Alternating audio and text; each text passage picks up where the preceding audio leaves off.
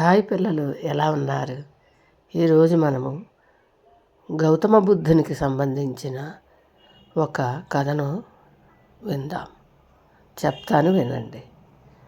ఒక వ్యాపారస్తుడు ఉండేవాడు. అతనికి బుద్ధుని ప్రవర్తన, ధ్యానము ఇటువంటివి నచ్చేవి కాదు. ఊరిలోని ప్రజలు ఇతని వలన సమయం వృధా చేసుకుంటున్నారని అతని అభిప్రాయం. ఇలా ఉండగా గౌతమ బుద్ధుడు ఒకసారి వీళ్ళ ఊరు వచ్చాడు.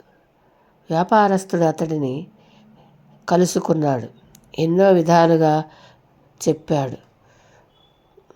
ఊర్లో వారి సమయం వృధా చేయుచున్నామని అతడితో అన్నాడు. మన గౌతమ బుద్ధుడు చెల్లించలేదు. అసభ్యకర పదజాలము కూడా వాడాడు. అతనిని చూసి మన గౌతమ బుద్ధుడు చిరునవ్వు నవ్వాడు. వ్యాపారస్తుడు ఆశ్చర్యపోయాడు. ఇంటికి వచ్చేశాడు. వస్తూ ఆలోచించాడు. నేను ఇంతలా తిడుతున్నా అతడు నన్ను ఏమీ అనలేదు, పైగా నవ్వుతున్నాడు. ఇది మనుషులకు ఎలా సాధ్యం? అతనికి నా మీద కోపం రావాలి కదా, ఎందుకు రాలేదు? గౌతమ బుద్ధుడు మామూలు మనుషుల కన్నా గొప్పవాడే సుమా అనుకున్నాడు. ఇలా ఆలోచించగా అతనికి తాను తప్పు చేశానేమో అన్న భావన వచ్చింది.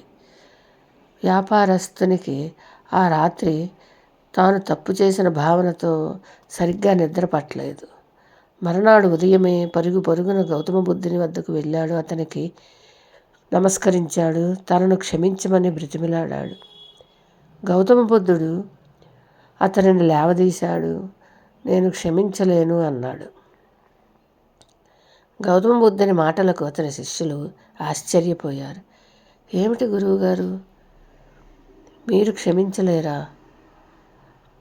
అని ఆ వ్యాపారస్తుడు కూడా బతిమిలాడాడు.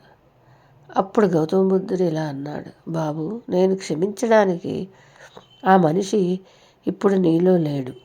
ఇప్పుడు నీవు చేసిన తప్పు తెలుసుకొని బాధపడుతున్న గొప్ప మనస్సు గల మనిషి నీలో ఉన్నాడు.